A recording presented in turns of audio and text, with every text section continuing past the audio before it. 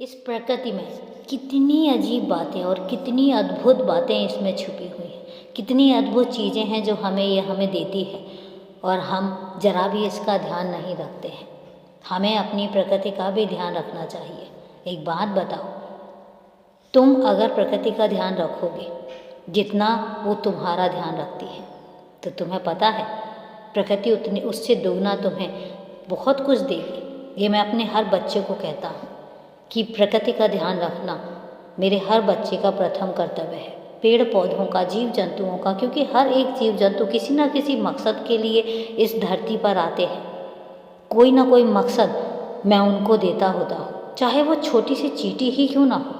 हर एक मकसद लेकर आती है।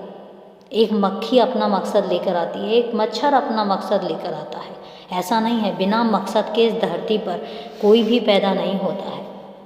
तो इसलिए इनका ध्यान रखना, इनके बारे में सोचना, ये भी तुम्हारा प्रथम कर्तव्य है, क्योंकि मनुष्य को सबसे ज़्यादा सर्वोत्तम बनाया गया है। कुछ चीज़ों को ध्यान में रखते हुए उनको कुछ काम सौंपे गए हैं ताकि वो पेड़ पौधों का, जीव जंतुओं का, अपने आसपास की चीज़ों का ध्यान रख सकें। और मनुष्य से अच्छे तरीके से कोई और ध्यान रख ही नहीं सकता। और मेरे बच्चे कुछ भूल जाते हैं, उन्हें ये लगता है कि अगर वो नहीं भी ध्यान रखेंगे तो क्या बिगड़ जाएगा। तो मैं एक बात कहता हूँ कि जब हमें कहीं से कुछ चीज़ें मिलती हैं, कहीं से उपयोगी चीज़ें मिलती हैं, तो बदले में हमें उन्हें कुछ देना भी पड़ता है।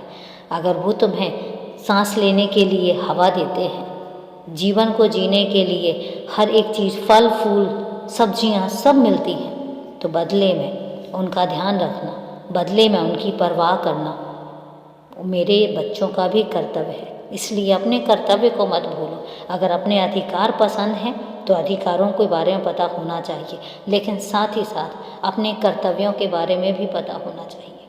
उनको कभी मत भूलो। और अगर तुम नहीं भूलोगे तो देखना ज़िंदगी बेहतर नहीं बेहतरीन होगी। तो अभी के लिए शुभ रात्रि मेरे बच्चे।